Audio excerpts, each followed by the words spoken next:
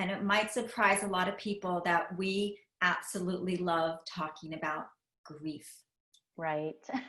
I know, right? We are a rare breed in the world that has such a passion around this subject for sure.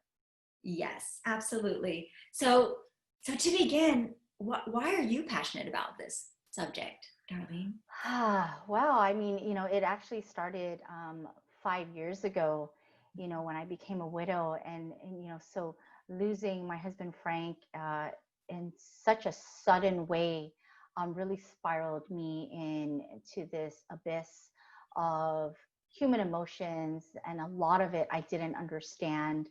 And so understanding that grief now was something that was strange to me. And I mean strange in a way where what I thought I knew about it didn't feel right.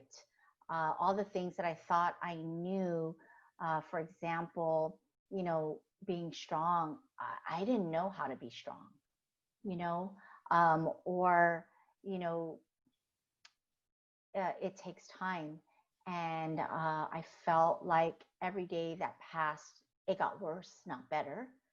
And so just things like that, that I realized that whatever people taught me about grief, whatever I thought I knew about grief, doesn't feel right. And I really do need help. And so discovering the grief recovery method and taking the program for my own personal journey, it opened up so much for me in regards to how to grieve, how to acknowledge human emotions, and how grief is so normal and natural for us as human beings. And that part really shook me to my core because I'm like, what? So I am normal. There's nothing wrong with me. I'm not going crazy, because that was my initial thought, was I'm going crazy. I think I need help. I need meds. I need something, because I don't know what's happening to me. Everything from my physical feelings inside of me to my thoughts, to my emotions that were spinning out of control. Nothing felt right. And so I felt like I was no longer a normal person. Oh gosh, wow. To lose your husband, and not just having that broken heart of losing your husband, but all the uncertainty of the future, the unrealized hopes and dreams and plans for your life together, to just have all of that fall apart. Yeah, exactly. In an instant In at an that, right? instant. Because he got into a motorcycle accident. And so, it's like one moment, he's kissing me goodbye. And then the next moment I get a phone call, and not knowing if he was still alive, and then only to find that he wasn't. And that shook me to my core. Like, I can't even explain. I still can't explain those initial feelings that I had in those first moments of his death. Wow, thank you for sharing all of that. It's interesting how what brought me to grief recovery wasn't actually one particular loss. And I found grief recovery. I was living in Krakow, Poland, teaching English as a foreign language, teaching business English courses. And it was my students who had lost loved ones. And I thought for sure that they were going to cancel their tutoring sessions with me, but they didn't. They showed up and they wanted to talk about their loved ones who had died. Wow. And it was at that moment that, like, I knew that I wanted to learn how I could support people emotionally. But what I didn't realize was how much unresolved grief I was carrying around with me. And since it was required in our certification program to also take grief recovery and learn about the grief recovery method and personally take the actions of grief recovery, that just opened my eyes to the amount of unresolved grief that I had been carrying around. Right. And, I think sometimes for so many of us, we don't always recognize the signs of grieving. Yeah. And it's like we live in a society where it's encouraged to cover up our emotional pain and act fine when we're not. Right. That is for sure. And I'm telling you that for years, I prided myself in being able to mask my feelings and emotions to the point that even the people closest to me didn't know about the deepest, darkest things that I was going through. And those Right. moments where I just felt like there was a knife to my heart when the dream of having a child, conceiving a child came to an end.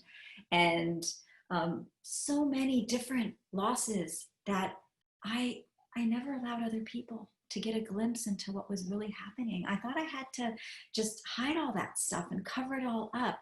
And so it was so eye-opening to realize that there are different signs of grieving. One, like the lack of energy, that Oh my grieving gosh. can make us Yep. feel so tired. Did you experience that?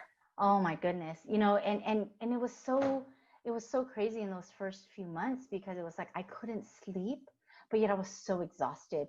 And that exhaustion was from crying. It was exhaustion from my mind just replaying, my life with Frank over and over again. The exhaustion of just all of these emotions that were spinning out of control, right? And that I was feeling and that I didn't know where they were coming from. And I didn't know how to express them to anyone, And so I was just tired physically, emotionally, mentally. I was, I was tired. I was exhausted on all levels. Yes. Oh. Another sign of grieving is being out of the moment. Like we might physically be present, but we feel so disconnected. Yeah. And Yeah. and another one, and I will have to tell you that this one I experienced a lot was having overreactions. So maybe something that maybe I should have like this much of an emotional reaction to something, but because I was carrying around so much unresolved emotional pain, emotional grief in my life, I would have these huge overreactions with my husband, which had nothing to do with him and Right. everything to do with the unresolved things that I carried into our relationship from previous romantic relationships that I never worked through those things. Yeah, right. Right. And then, so understanding that, right? It's like we now can look at someone as well with so much more compassionate eyes and realize that everyone is going through something. And most people, if they don't know grief the way we know grief, in a way that, of course, it's about acknowledging how you feel and being okay with being in that space in that moment. And then knowing that there is help out there, right? That you don't have to do this by yourself. Yes, These are things that I value so much as a grief recovery specialist because yes, now I can look at people and I feel compassion versus judgment.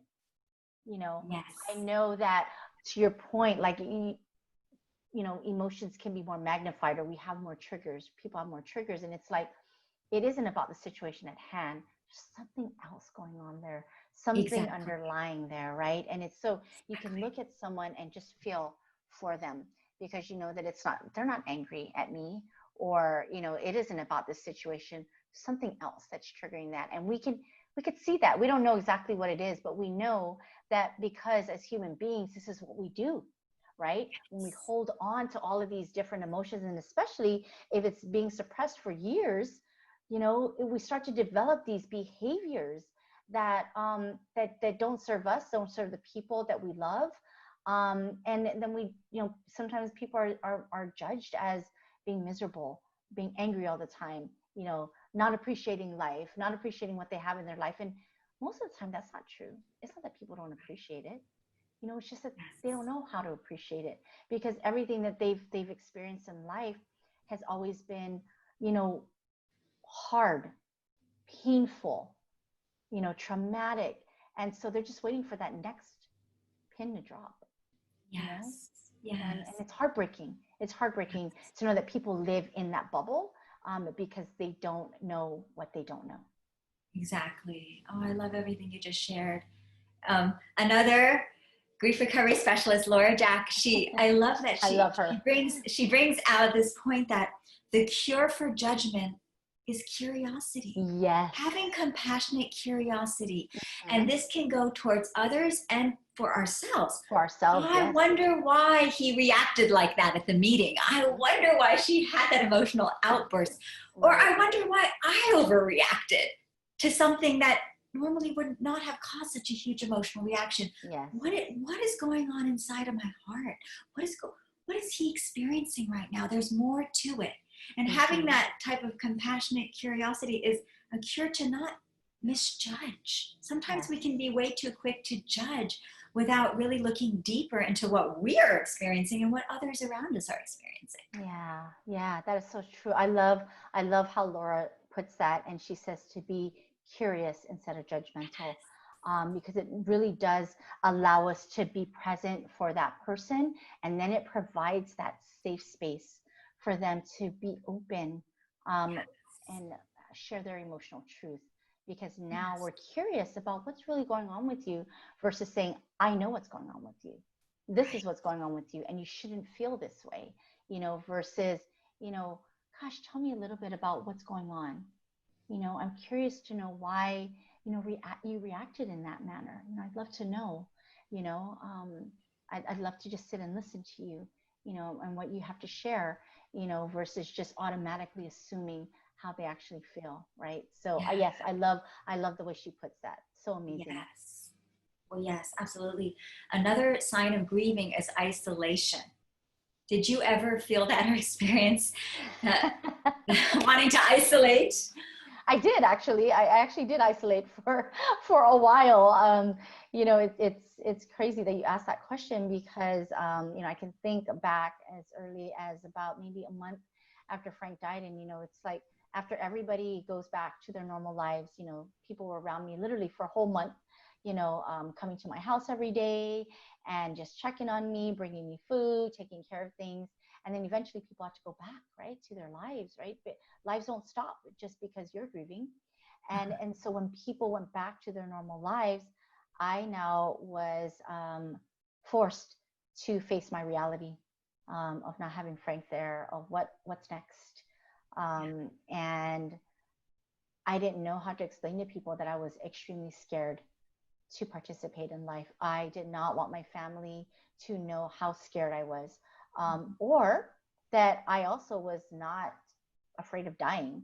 Like, I was kind of cool with going to bed and hoping not to wake up, Wow. and or if I did wake up, that I would be waking up in heaven with Frank and not on earth without him. And these were all like, so that's just one thought. Like, there were so many other strange thoughts that were going through my mind. I was never a suicidal person, but as grievers, we do tend to have these thoughts of being okay with death, because it's like, what is the point of living? Like, I'm not going to go out and kill myself, but you know what? It's cool if I get run over by a car. It's cool if I don't wake up and I die in my sleep. Whatever the reasons are. And to share those things with my family would have scared them to death, because they would have thought that I was suicidal, and I far from that, you know. And then also, when people would check in on me, after that month, it was trying to give me advice. They all Mm. came from a good place, but I'm thinking, you have no idea what I'm going through. You have no idea how I feel. I can't even explain the depth of my pain. So I'm just going to isolate myself. I don't want to talk to anybody. I don't want to participate in life with anybody. I'm just going to stay locked up in my room, and everyone just leave me alone. Thank you for spending the entire month with me, helping me through the funeral, helping me through, his memorial, helping me through all of those things. Now I'm good. Like, I just need you guys to leave me alone. And it was because I didn't know how to express myself. And I didn't want to hear it from anyone. I didn't want people to tell me that I needed to move on. I didn't want people to tell me that I needed to get up and get out. I didn't need people to tell me to keep busy. I didn't need people to tell me to pray. I didn't need people to tell me anything, because none of it was helping me feel better. And I just felt like it didn't matter what anyone said. I wasn't going to ever feel better. So stop trying to give me advice. So it's just easier to isolate. It was so much easier to isolate. That's how I felt in that first month after he died. Yes, even depression, feeling depressed can Yeah. be a sign of grieving. Mm-hmm. And it's not that someone's clinically depressed, it's just Right. after such a devastating loss, feeling depressed can be a sign of grieving. And Yeah. having changes in eating and sleeping habits. Yeah, all of it. All of it. I felt all of that. I experienced all of that. I think I lost like 15 pounds in the first 9 days, I want to say. Yeah, I went from my clothes being just a tad bit tight to them being all loose on me. And having to go borrow clothes from my skinnier daughter because I couldn't fit any of my clothes, but I just had no appetite. I felt like every time I put something in my stomach, it made my stomach hurt, because there was just, and again, right, as grief recovery specialists, we know now that if we suppress our emotions, that's where they sit. They sit Yes. right there in our gut, which is why people always say, my stomach hurts when they're nervous, right? Or Yeah. when they're worried, when they're going through any type of emotions that are not feeling good. It's like my heart hurts and my stomach hurts. Well, yes, because we're suppressing those emotions, or it's right here, right in our neck, and we're just trying to swallow it down, right? We don't want it to come up because we know what's going to happen. We're going to burst into tears, or we're going Yeah. to get angry, or we're going to explode with something. It's like, nope, it's right here, and I'm leaving it right there. So keep swallowing it down, keep swallowing it down, and I didn't realize that emotions were physical, like they were literally inside of us. And when we don't release them, it Mhm. affects our internal physical being more than we realize, more than we Yes. realize, you know? And it's amazing. Once I learned that, I knew when I could think back on all the times when I was sick, all the times when I experienced all these different health conditions. I'm like, yep, I was going through this event during that time. Yep, I was going through this event at that time. And now I know it was me suppressing all of my emotions. And so my body was working in overtime to try and help me, right? I was in that fight or flight mode forever. That's how I felt. And so when people go through all of these different health conditions, or doctors can't figure out, like, why did you have a panic attack? I think there's something wrong with you. Your vitals are all normal, because it's not a Mhm. medical condition. It's a physical and emotional condition that's going on Yes, with you. And it's that's your mental condition that's telling you to suppress it, right? So it's all uh, connected. yes. um, right? And so if our belief system tells us that we shouldn't feel, we're trying everything in our power not to feel. And Yes. so our physical body is working in overdrive to stuff it down, because our brain's saying, nope, don't let it out, don't let it out, don't let it out. So it all works hand in hand. And man, the revelation when I learned that through the grief recovery method, I was like, I literally sat in my chair going, wow, did I have it all wrong? And so did the rest of my family. So does the rest of the world.